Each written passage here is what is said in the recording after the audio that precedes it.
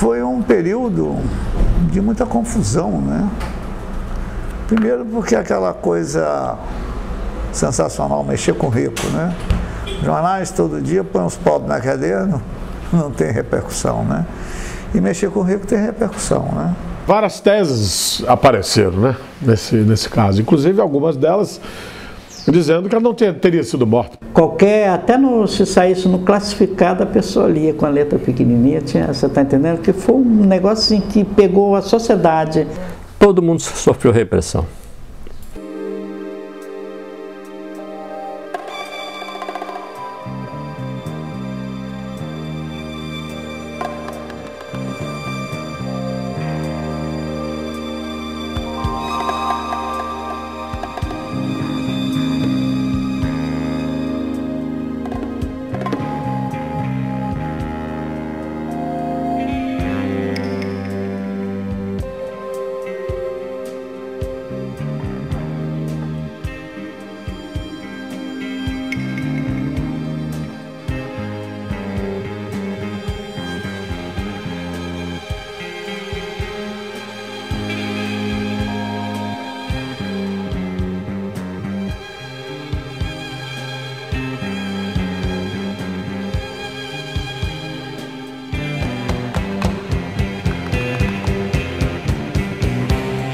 Bom, Araceli foi um caso policial assim,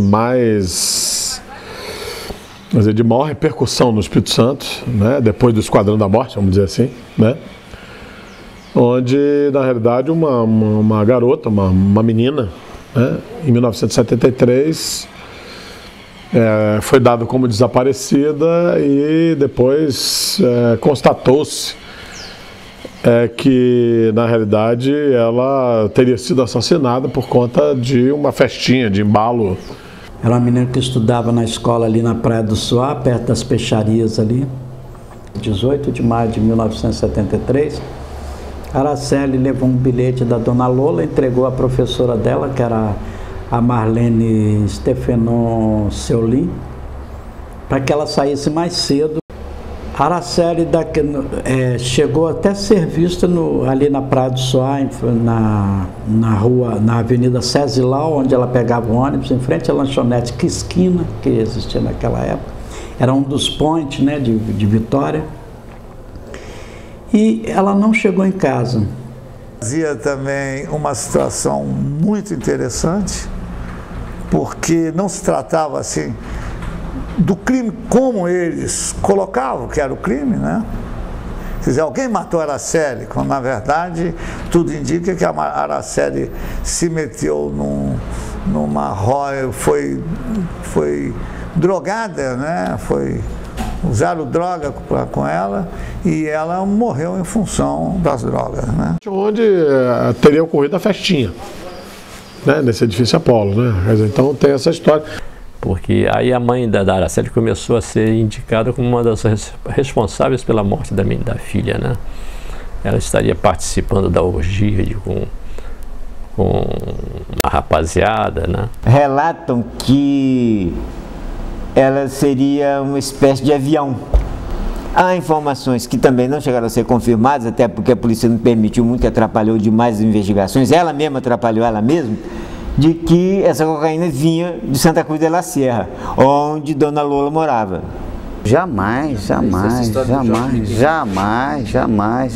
Dona Lola é uma pessoa era mãe que não tinha nem ligação com nenhum, sabe? Esse bairro aqui era um bairro ermo, isolado. Que quando explode o caso da Araceli, ela invade a polícia. E vai ao chefe de polícia, que era Gilberto Farias. E tenta dar uma bufetada na cara do Gilberto, não sei nem se dá. Para nós deu, para ele a versão dele não deu. Por que isso? Comecei a permitir que a menina que morava no bairro de Fátima, estudava na Praia de Suá, andasse a pé aqui de Bento Ferreira, aqui do pé da Secretaria de Saúde, até o bairro de Fátima, passando aquela praia de Camburi toda tudo ali até. No mínimo, uma mãe irresponsável, né? Daí, parcela de culpa nessa história toda ela tem também. Talvez por isso que ela tenha se omitido um pouco no período de investigação e, consequentemente, prejudicando o trabalho da polícia. Na hora que você fala quem matou a Araceli, vem na cabeça de todo mundo, da minha geração, da geração posterior, da geração de vocês. Paulo e Lau. Nós não temos o caso apurado, mas temos um caso em que a população nomeou quem foram os assassinos da Araceli. Ela nomeou. Solucionado foi. Solucionado foi. Na época foi um promotor de justiça, esqueci o nome dele agora, mas ele solucionou o caso completamente, levou os assassinos à prisão. Eles foram condenados, né? Foram, mas... Agora, uma coisa eu tenho certeza. Uma coisa eu tenho certeza. Não foi Dante Michelini, nem Paulinho e Lau que mataram aquela menina. Porque se fosse, por certo, eu saberia. Graças a Deus, quase 20 anos depois, o desembargador Paulo Nicola Copolilo, de uma maneira muito acertada, anulou aquela farsa toda, que aquilo foi uma farsa que foi feita em cima da família Michelini, em cima da família Lau.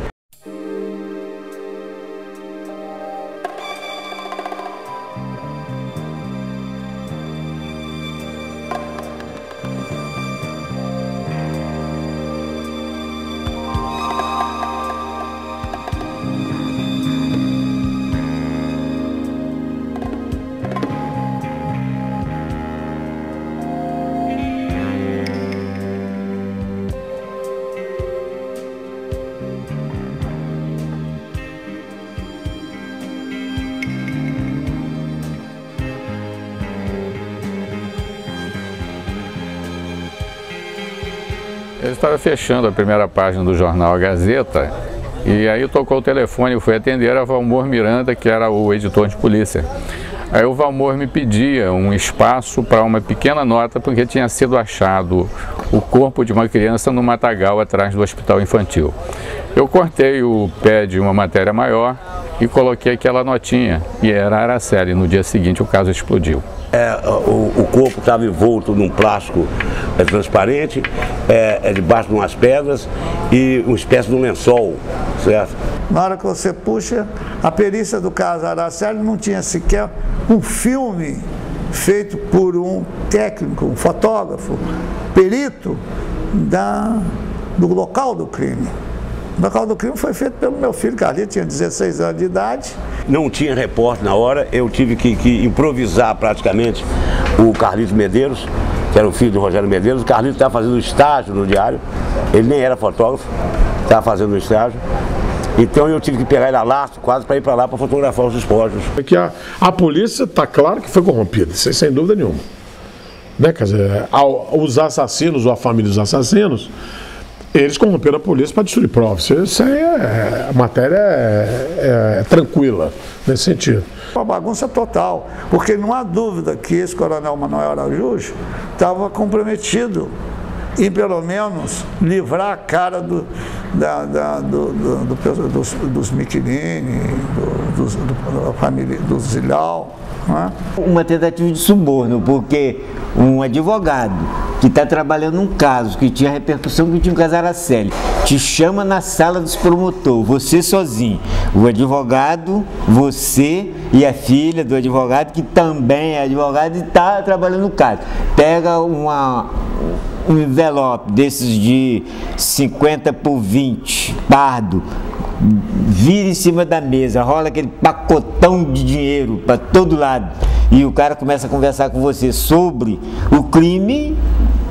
Acho que não tem como entender que não seja tentativa de suborno. Eu levei um susto, falei, doutor, guarde isso aí que eu não posso ver muito dinheiro assim não, porque senão eu fico tentado. O caso do advogado que tentou subornar a testemunha, dona Almerina, depois o fato do doutor Valmar Bermude deixar o caso assim, de repente, né, nós questionamos por que ele estava, nós chegamos até escrever uma matéria meio pesada contra ele, falando assim que ele tinha recebido uma proposta para deixar o caso Araceli. Muito pelo contrário, eles nunca Eu posso dizer de cadeira porque eu convivi com eles, acompanhei. Nunca me ofereceram nada, nem me pediram nada, pelo contrário, eles me pediram que eu procurasse mesmo. Mas a gente chegou um dia no gabinete do secretário de segurança, na época era o coronel Hugo Enzenlor, e ele virou e falou para mim: Zé, tem um furo para você. Eu digo: o que foi? Porque o caso já estava no final. A justiça acabou de decretar a prisão preventiva do Dante e do Paulinho Elau. Eu falei: meu Deus, voei pro jornal, né? Cheguei lá e falei: ó, decretar a prisão preventiva do pessoal. Ah, quem falou? O secretário de segurança. Ele deu uma notícia. No outro dia eu sou chamado lá no Tribunal de Justiça porque o pessoal queria saber quem que deu a notícia. Eu não queria dizer de jeito nenhum, só disse. Aí no momento que o juiz veio para mim e falou assim: olha, se você não disser, nós vamos mandar te prender. E começou a fazer um auto de prisão para mim. Eu falei: não tem rio, foi o secretário de segurança. Aí todo mundo regalou o olho, mas foi o secretário de segurança. Eu falei: foi o coronel Hugo Enzenlor que me disse que vocês tinham decretado a prisão preventiva dos dois, só que não tinham decretado por causa disso. Se o jornal não tivesse dado, não teriam decretado a prisão preventiva. Ninguém me convence de que eu fui usado numa armação entre eles para que a prisão preventiva acontecesse. Teve história de desembargador corrompido, teve história de, entendeu? Porque chegaram a mandar prender o Paulo Elau, né? O Paulo Elau chegou a ser preso e tudo, né?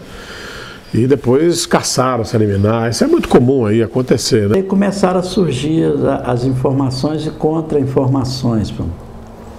Primeiro, de que o corpo não era de Araceli.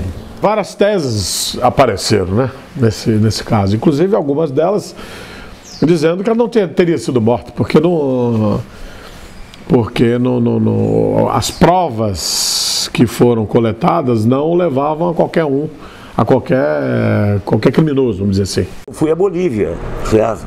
Eu e Paulo Torres fui à Bolívia atrás da Dona Lola, porque o Jéssica Mata, que era deputado, tinha passado por lá e tinha ouvido lá uma conversa de que a menina não era filha de seu Gabriel Chance e o pai tinha vindo aqui levado de volta, que ela estaria lá.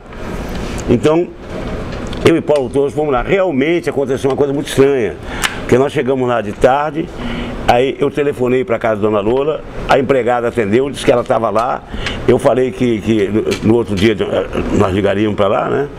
E no outro dia, quando eu liguei, ela já não estava mais, não conseguimos mais ver. Quer dizer, na verdade, o jornal mandou um repórter para ver se a hipótese se confirmava, se ele estava vivo na Bolívia, acreditando que aquele corpo não seria o dela, né? Aquele corpo que foi achado. Surgiu a Marisley Fernandes Muniz, lá na Praia da Costa. Ela, contando para as amigas dela, ela confessou que que era namorado do Paulinho, que ela viu, né, como é que eles fizeram o carro que eles usaram, um carro manguia vermelho na época, para se livrar do corpo, né? Certo. Eu conversei com ela diversas vezes, cada vez que eu conversava com ela, ela me contava uma história diferente. Os depoimentos que ela prestou, tanto na polícia como na justiça, cada vez que ela ia ser ouvida, uma vez ela disse que tinha visto Paulinho Elau atrair a menina com sorvete. Depois ela disse que tinha visto Paulinho Elau atrair a menina com a boneca. Depois, a primeira vez, Paulinho Elau estava num carro branco. Outra vez, Paulinho Elau já estava junto com o Dante Michelini. Enfim. Marisley, entrevistei Marisley várias vezes. Ela cada dia falava uma versão. Marisley era terrível. Na verdade, você cobria um caso que você contava com a prostituta das provas, que é só depoimento de pessoas. Fui discriminado, sim. Pela comunidade, sim, pela sociedade, sim, e até por certos colegas que vinham lá do raio, que os patos vinham do Rio, não sabiam de droga nenhuma, certo? E como quando eu explicava, tentava explicar para eles a sujeira que era, certo? Eles já que nada, está levando o seu. Bastante. A polícia dava informações, muitas delas equivocadas, exatamente para desviar a atenção da imprensa do fato verdadeiro.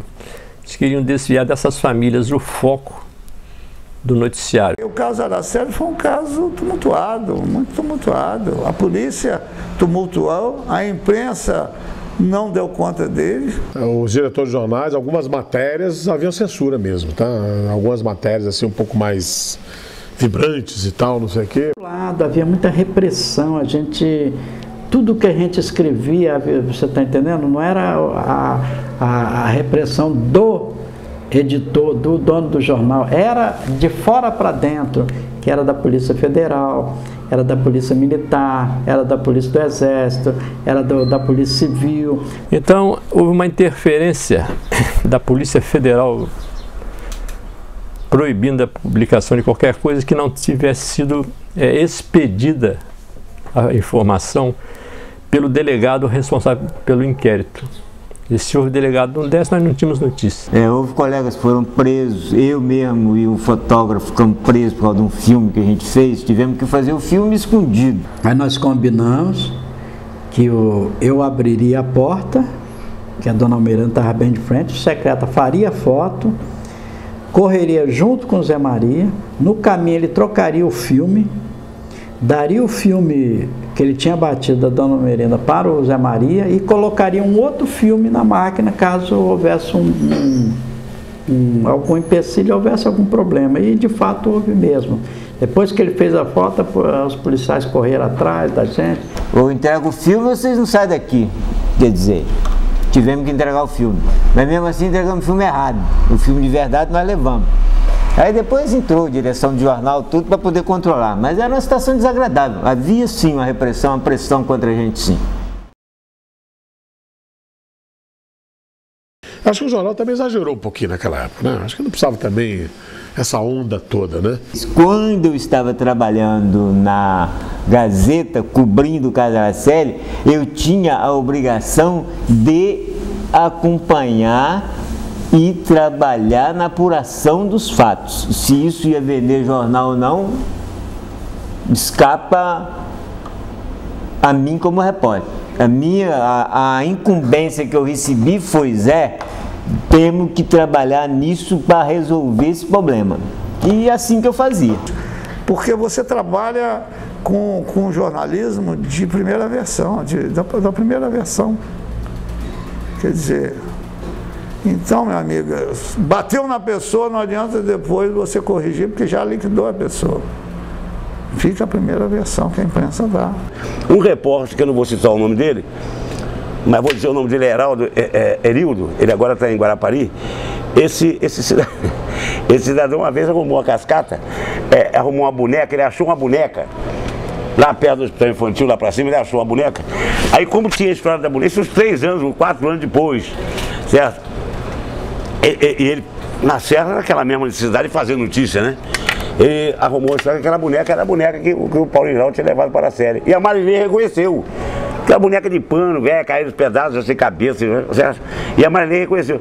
E a polícia botou lá que era a boneca mesmo, certo? E tinha, enfim, depois ele ria, Pachu. Falei, eu tô uma vergonha nessa cara.